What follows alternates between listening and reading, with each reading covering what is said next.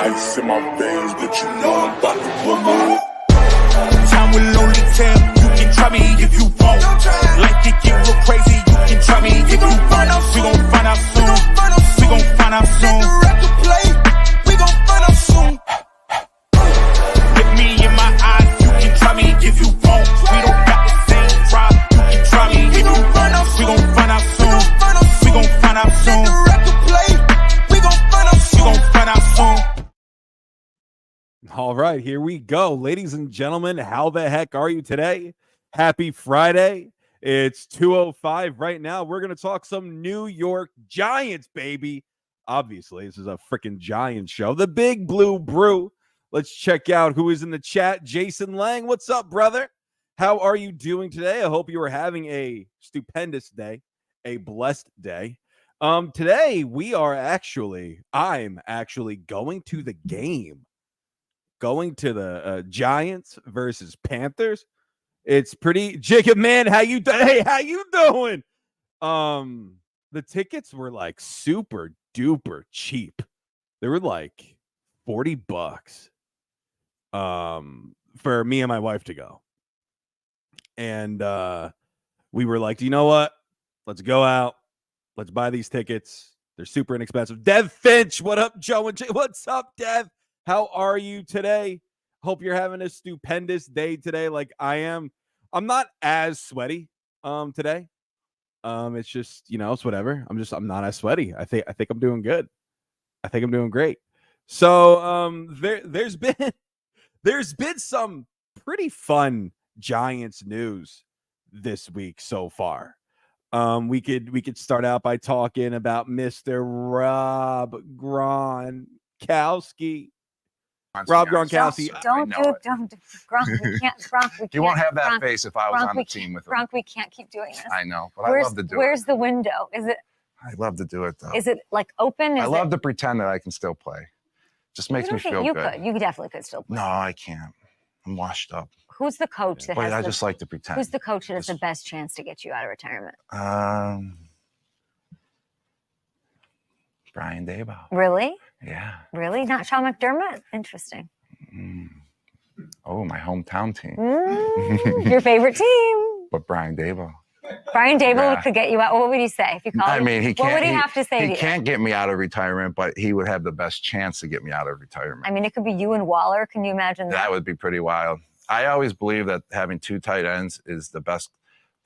It makes the defense have the most difficult times. If you have two tight ends, I think that can make offense unstoppable. And it's rare. I mean, if you go back to my days when I had another tight end with me, I mean, it just makes the offense just prolific, just unstoppable. It gives you so many more options in the run game and the pass game and play action. Yeah. So Rob Gronkowski, listen, he didn't necessarily say that, oh, hey, I want to come out and play for the Giants, but the interest is there, or else he wouldn't have said it. And for some reason, just Mr. Brian Daboll just has this something about him that people just love, that players just enjoy. And maybe that's why a player like a Darius Slayton is responding very well to Daboll. Darius Slayton, he has all the reasons in the world to not like that guy. He was literally inactive week 1. And he earned Daboll's trust. And he became he had a decent season last year. I believe almost 800 receiving yards. Jason Lang, I don't know if Gronk still has it. Jason, I disagree with you. In his final year with the Tampa Bay Buccaneers in 21. Now, I mean, listen, he missed a full year of football. So I understand being a skeptic, but at the same time, too, you can't deny what he did, and he did that in 12 games. Rob Gronkowski in his final season with Tampa Bay played in 12 games, battled some injury, but 55 receptions, 802 receiving yards, 6 touchdowns. He doesn't have to be the most important part of the offense, obviously. He just has to be the second tight end along with Mr. Darren Waller. That's all you're expecting out of him. right? You're not expecting him to go in there and make big play after big play after big play. You can't expect for him to be this superstar tight end because he's not. Obviously, he's also 34 years old. So we just all have to relax and calm down when talking about this potential fantasy. I don't want to call it a fantasy because Rob Gronkowski does have, even if it's a small desire, he does have a desire to not just play for the Giants, but to play for Mr. Dable. Michelle, it would be exciting to get him. It would be. He would just add another layer to this offense. Jason, as a Jets fan, I'm here to learn more about the Giants. Well, Jason, listen, I'm going to do my best for you, brother. I'm going to do my best for you. I love the Giants. I love the Yankees, the Giants, and the Knicks. I fell in love with sports at a very young age, and they are my first loves. The trinity, if you of my favorite teams. But listen, I hope you learn about the New York Giants here. But yeah, Rob Gronkowski, it's a nice little thing to talk about. He wants to be here, and there's no denying that, in my opinion, even though he did miss last season, which I could understand why you would be skeptical about it. I get it.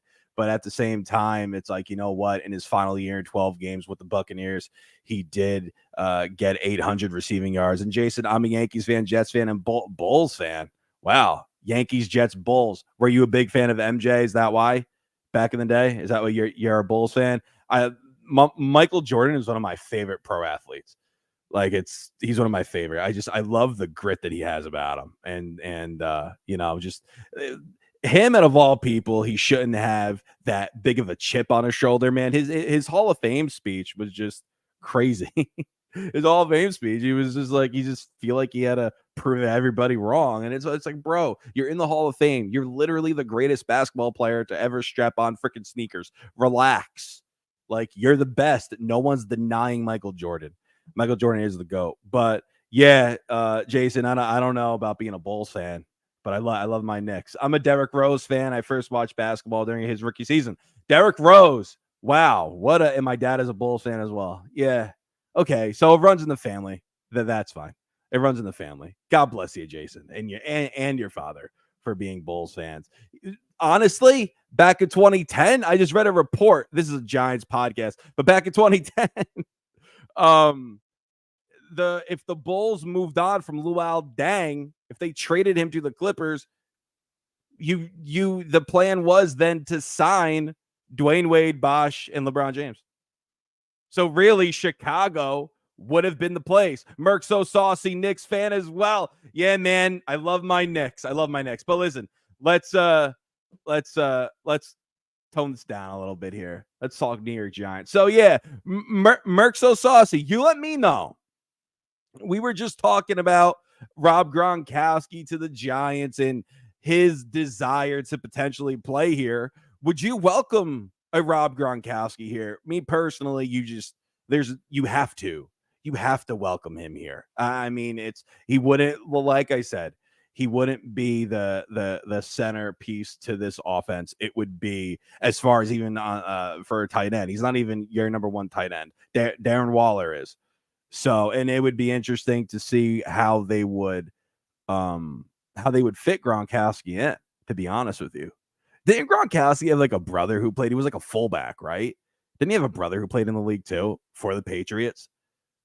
But yeah, it was also funny when Gronkowski said, yeah, in my career, I was really great when I played with, another tight end. And it's Rock.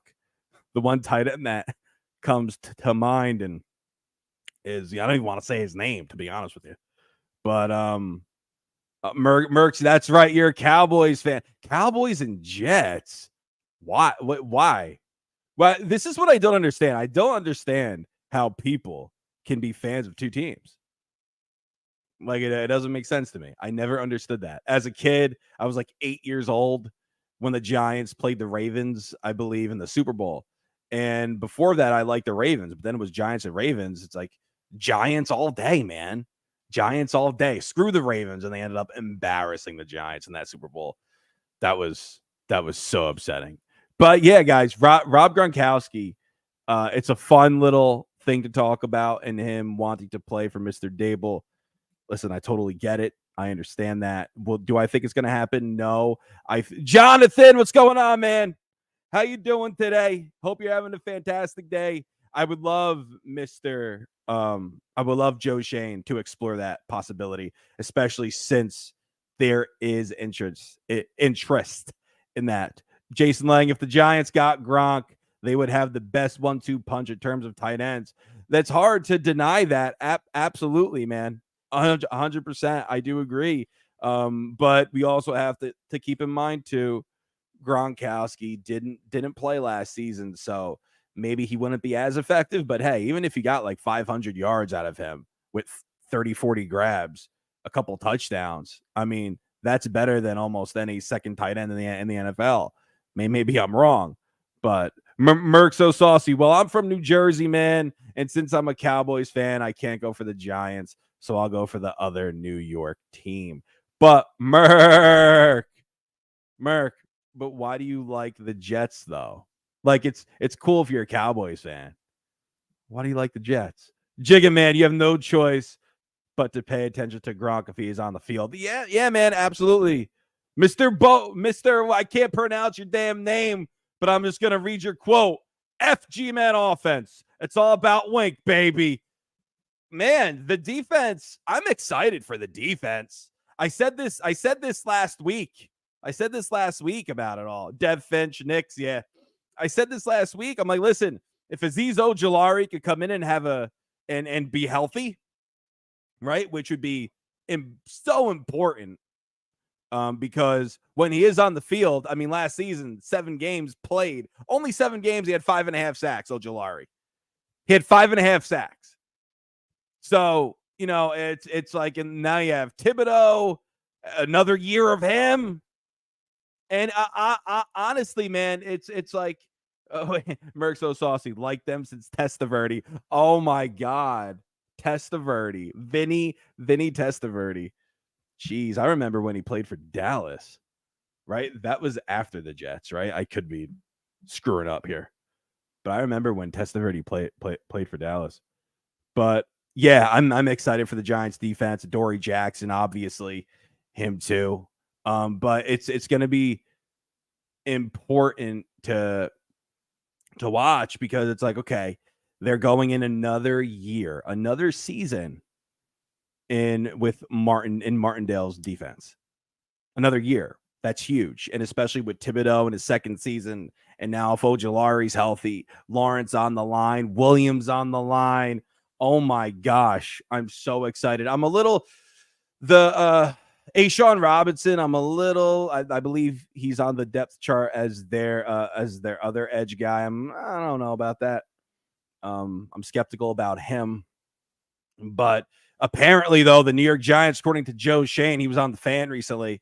According to Mr. Joe Shane, the Giants are in the market to potentially acquire another player and a player-for-player trade. And the reason why they most likely won't go out and sign a free agent, let's say like a Jadeveon Clowney, because he's still out there, he's available. I would love to have him on this team. Cap space is a big issue. Cap space is a huge issue. And that's why you won't see him go out and add, let's say, Jadeveon Clowney. But then again, you had Anthony Barr. He just met with the New York Giants. I believe he had a workout with them. So there's obviously some kind of room, but I guess maybe for Clowney, not so much because maybe he'll be a little more money. Clowney's a Raven. I thought he was a free agent. Did he just sign there? I thought Clowney was a free. I could have sworn. Jigga, can you check that? Is he a half hour ago? Yeah, a half hour ago as a free agent. So forgive me. So yeah, so we ain't signing Clowney. So it just makes it even more so, more imperative, more important that the Giants go out and potentially improve on that defense through a trade, which Joe Shane said that they are looking to do that. Yeah, Lang. Yeah, man. Signed an hour ago. I know. I guess I didn't see it, but nobody gives Wink credit. All to Dable. That defense was legit. I think it's the reason they did so well. Yes, Dable got the best out of Bummy Jones, but Wink made the defense. First of all, relax what you say about Daniel Jones. Relax with that. Relax. Jigga, I didn't want to come on here and scream. I did. That's not what I wanted to do today. I didn't want to do that. Listen, I don't care if one person's watching or 50,000 people are watching me. If I'm going to scream, I'm going to freaking scream. And listen, Bummy Jones. Let me ask you a question. Has Daniel Jones ever had healthy, reliable options on offense? You let me know. Yes or no? I want to know your opinion. You might say yes. You would be wrong, but you might say yes. Daniel Bellinger, no offense to him, he's not a number one tight end. That's why they got Darren Waller. Right? There's a reason why they signed Paris Campbell, who had a good season with Indianapolis last season. 600 receiving yards, 60 receptions. Darren Waller, mentioned him earlier.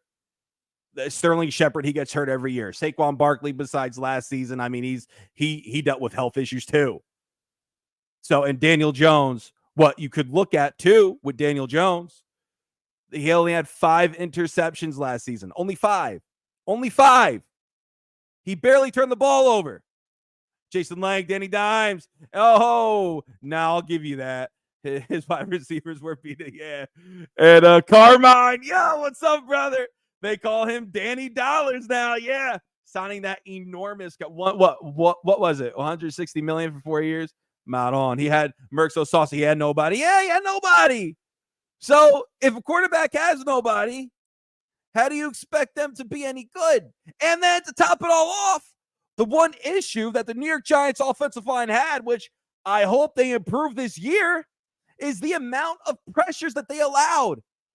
They allowed way too many pressures. Silk Buckets, Jets fan here, but want to say hi, Joe. Hopefully we call up the whole minor league squad. What's up, man? How are you? How you doing? Yeah, well, that's Yankee talk. I understand. I know we're talking New York Giants, but I hope they do something. Yo, Hector, what's going on, bro? I get pumped up when I see Hector. When I just see his name, Project Nerd HQ, just knowing who that is. I'm like, that's my boy. That's my guy right there. I mean, Carmine, who's my freaking blood. Love it that he's here. But yeah, I just completely lost my train of thought. But yeah, Daniel Jones. That's the thing. When people call him a bum, when people say he stinks, it's like, guys, you're really being unfair to him. Dable was his third or fourth coach? I mean, come on. And he's the one coach that he played pretty well under. 15 touchdown passes, 5 interceptions. The 5 interceptions is huge for me. The 5 interceptions is huge. He didn't turn the ball over much. So it's like the hate for Daniel Jones, it's got to stop. It's honestly annoying. And if that offensive line improves, if Evan Neal improves, which that would be huge. If he improves, he needs to improve. But if he improves, and then to top it all off, good segue here. Ever hear of a man named Justin Pugh? Well, apparently, Mr. Justin Pugh, a former New York Giant, left guard. The Giants drafted him in the first round years ago, 2013. He has expressed his desire to play for the Giants. But let's go check out the comments. But all you guys did to help Jones out was get Waller, and he's injury prone. That's wrong. No, I disagree with that. You got Waller. You got Paris Campbell, who played for the Colts last season. He had a good year. I mentioned it before. He had a nice season. Jones owes Barkley $25 million of his $40 million per year. Why do you think Barkley should get 25? Why do you think Barkley? Why? Why? I want to know. If the best halfback, he's not even the best halfback in the league. No disrespect to Saquon. I love Saquon. I think he's fantastic, and the Giants' offense is a zillion times better when he's on it, when he's on that field. But if the best halfback in the league is not getting $25 million. Why the heck do you think Saquon Barkley? Why do you think he should get the $25 million? Because Barkley carried, in my opinion. Barkley was a huge reason why the offense was very good. And 1,600 all-purpose yards, like I get that. 1,300 rushing yards, 300 receiving yards, like I get it, believe me. But also at the same time too, it's just when it comes to the market and everything, it's just the 25 million. That's a little ridiculous. I'm sorry, it's stupid.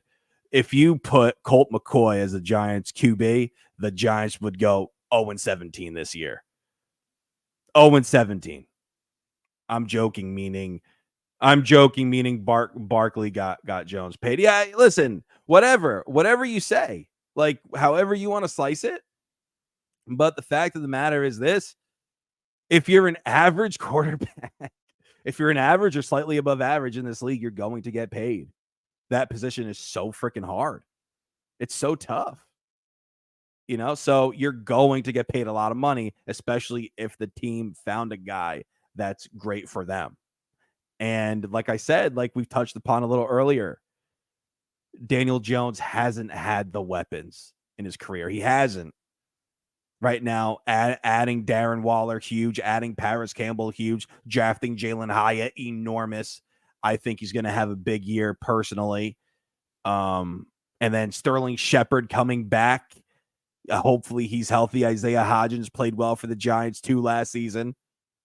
Am I missing somebody? So it's just Daniel Bellinger not being the number one tight end, maybe being the number 2 tight end will benefit him a little more. And that's it. You know, so just to this whole narrative about putting Daniel Jones down and saying that he stinks, I really can't take it. But listen, what's your name? Bonies, thank you for commenting and thank you for interacting with me. It means a lot. But listen, let's talk about something else that's really grinded my gears. Wait, Jason, Waller was one of the men. I'm sorry, bro. I'm sorry. Maybe just I don't know if I were you, I don't know if I would pick him. I don't know if I would trust for him to stay healthy, but if he stays healthy, it would be huge for the Giants. Absolutely. Danny Dimes was honestly effing crazy his rookie year. I drafted him in my dynasty. You drafted him in your dynasty league off his rookie year. He was good his rookie year. He had a good run at one point, and then he fell off a little bit. Then at his final game of the season, he threw for I think 500 yards or something stupid. Maybe 400. I could be wrong. But let's also not forget the explosiveness of Mr. Daniel Jones, by the way. We can't forget that top end speed, baby, that Daniel Jones provides. Holy crap. When he tripped after that, oh my on. I felt so bad for him. My heart broke. But let's segue a little bit here. Let me know what you guys think about Mr. Tom Coughlin, because Tom Coughlin got screwed. Tom Coughlin should have been in the Hall of Fame, and unfortunately, snubbed. I got some numbers here about Mr. Tommy C. I gotta go through my phone though and pull them up. But let me say, okay. All right. Tom Coughlin. Listen to this. Tom Coughlin gets snubbed for the Hall of Fame. Yeah. He has more career wins than 22 coaches that are already in the Hall of Fame. He beat an 18-0 team to win the Super Bowl. He coached an 18-1 team. Okay. 2-time Super Bowl champion as the head coach. He's tied for 8th all time with Bill Cowher for postseason wins. And he's one of 14 head coaches all time with multiple Super Bowl wins. And he's not in. When Jim Fossil was the head coach of the New York Giants, he was pretty bad. Yeah, he coached them to that one Super Bowl. We got smoked. And then after that, we just sucked. Well, we went 10-6 in 2002, 2 years after the Super Bowl. And then was it 2003, 2004? We went like 4-12 or something ridiculous. We lost so many players due to injury. So I get that was an issue too. But He brings in Eli Manning, which, yeah, obviously Eli, in my opinion, Eli was never elite, but he was good, very good, and he had that grit about him. And I love Eli for that. Without him, we don't win the friggin' Super Bowls. But Tom Coughlin came in here and helped build a defensive line that was nutty. He got that untapped potential out of OC Human freaking Ura, right? OC became an all-pro under Tom Coughlin. Michael Strahan, he was Michael Strahan in 07, right? When we won the Super Bowl, his final year as a New York Giant. But then drafting Justin Tuck, I believe, in the 3rd round, and Tuck being as good as he was for them, that was great. So Tom Coughlin was just very good at evaluating talent, which honestly, in my opinion, I don't even think the Giants should have even fired him or let him go for freaking who? Ben McAdoo? Ben McAdoo came onto a team that had more talent than what Coughlin had. Merck's so saucy, he definitely, yeah, man, he was so good for the Giants. It's ridiculous. It's insane. It's ridiculous. And listen, we're only talking about his Giant stuff. Let's talk about what he did for the Jacksonville Jaguars. Let's talk about that. Right? Jacksonville, their second year in the league, made the playoffs. Their second year in existence made the playoffs. You don't get that without good coaching. You just don't. And Tom Coughlin, he had a good staff. I mean, yeah, he had a decent staff. Spagnuolo was huge for them. As a defensive coordinator, he was huge. Broke my heart when he left. Who did he coach? Who did he go to head coach? The Rams. That broke my heart at the time. No disrespect, Paris Campbell. He's your big free A. No, Paris Campbell. What I'm telling you is this. Clean out your ears. What I'm telling you is it's another weapon for Daniel Jones. He's not the weapon. I'm not saying Paris Campbell's Randy Moss and Terrell Owens. I'm not saying that. What I am saying, it's a productive wide receiver that you're adding to this offense. And if you have enough of them, somebody's going to be open and somebody will have a big year. You have Isaiah Hodgins, who had a nice season. Out of friggin' nowhere, he had a nice year. Isaiah Hodgins.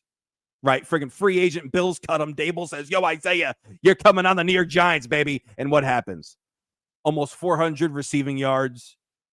In I think 9 or 10 games for a 3rd or 4th wideout. Are you kidding me? Darius Slayton almost 800 yards. Now you add 600 yards in Paris Campbell. Now you add Darren Waller, a healthy Darren Waller. Now you add potentially a healthy Sterling Shepard. That's a much more dangerous Giants offense. And Paris Campbell, I think honestly you're underrating him. Yeah, I'm not saying he's the number one wideout on the team, but what I will say is this: he's going to help. He's going to help and provide some type of an impact for Mr. Daniel Jones. Just be another option for Jones to throw to. Like I've said, they've struggled with that. And I'm forgetting, what if Cole Beasley makes the team too? Last week he caught 4 grabs. What are we talking about? What are we talking about? Daniel Jones has a lot more options on offense now that he didn't have. And Paris Campbell, just another one added to it. So yes, Paris Campbell, I love the signing. And I'm not saying he's going to have 1,000 yards. It's not what I'm saying. But what he did last season for the Colts, if he could do that here, it's fine by me. It's fine by me. So, but yeah, Tom Coughlin deserves to be in the Hall of Fame. It's a joke. It's an utter joke that he's not. I could go on all day. I'm with you. They're solid. Just yeah, man. They are injury prone. No, you're 100% right there. They are injury prone, and that's the problem with it. That's the problem with it all. It's like if they could stay healthy, oh my gosh, you might see. I'm going to go out on a limb here. You might see Daniel Jones throw for like 30 touchdowns if these guys are healthy. I said it, 30 touchdowns, 35. If these guys are healthy. But if they're not healthy, what do you expect the guy to do? Right? What do you expect Jones to do at that point? So that's the story with every team, though. That's the story with every team. You have to stay healthy if you're going to have a good year. There's just no way around it. Health makes the world go round, right? If the heart is beating, Cager will break out this year. I hope so. I hope. That would be nice. Right? Of course it'd be nice. Lawrence Cager, yeah. We'll see. We'll see, but if the Giants are healthy, damn, that's just so important. Now, let's go back to the line. I talked about Justin Pugh earlier. He has the desire to return to the New York Football Giants. Now, let me read what Pugh said. Pugh said, the Giants are one of those teams that I'm definitely eyeing. It's where I started my career. I would love to finish there. He also did say that there's some ways to go, and he'll see how things go. But he did say he still loves the Giants. He's a big supporter. He watches them. He talked about Saquon Barkley. Got a chance to meet him. He's a great guy. Justin Pugh would fit right in there at left guard. That's what we're kind of missing. Left tackle, Andrew Thomas, right? All-pro, second all-pro last season. I believe PFF rated him as the 3rd overall tackle in the NFL. Andrew Thomas on the left side. Then left guard spot is a question mark. It is. They were relying on Azudu, who was their third round draft pick last season. So he's projected to be their left guard. And then center, you got Schmitz, their 2nd round draft pick this year. He had a fantastic first preseason game, by the way. It's preseason, but I think it's still a great sign. 19 pass plays, 0 pressures allowed from the New York Giants center. That's awesome. That's what you want to see. And then right guard Glowinski, who needs him? He allowed too many pressures, but he is your right guard. And then right tackle Evan Neal. So we're going to talk about Neal as well in a little bit. But Justin Pugh, who was drafted originally by the New York Giants back in 2013, then signed a 5-year deal for like $47.5 million with the Arizona Cardinals. All jokes aside, great stuff, Joe. You the man. Love how you hold it down with no co-host. Keep it up. Thanks, man. I really appreciate that. I have a Yankee channel that I've had plenty of practice on. So I really appreciate that, bro. That means a lot. It made me smile. Listen, you could disagree. We could have a disagreement. That's totally fine. But the one thing that we love is sports. And that's what brings us together. So, I really appreciate you guys watching and checking this out. But I just wanted to highlight your comment because it made me smile. But Justin Pugh, somebody that we could need, that we could use.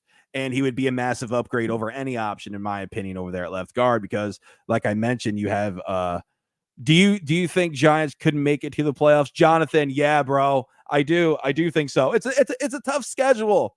I saw Colin Cowherd mention and thinking that the best case the Giants could finish is 8-9.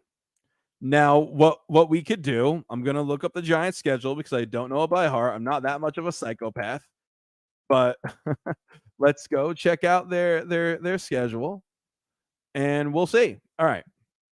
So the Giants have week 1, they got the Dallas Cowgirls, right? And Colin Cowherd actually thinks that the Giants are going to beat the Cowboys on Sunday Night Football. Then you have the Cardinals. They're going to beat the Cardinals. So 2-0. Then the Niners, let's say a loss. He also had them losing to Seattle. I think that could go either way. The Giants, they could win 3-1. Miami, maybe I'm a bit of a homer. I think they win 4-1. Then you have the Jets against the Jets, the Giants against the Bills. Bills are going to beat them. Giants 4-2. Then against the Commanders, 5-2. Against the Jetropolitans, Jigga, no disrespect, 6-2. It could, listen, I'm talking like the Giants rolling on all cylinders here. That's what I'm saying.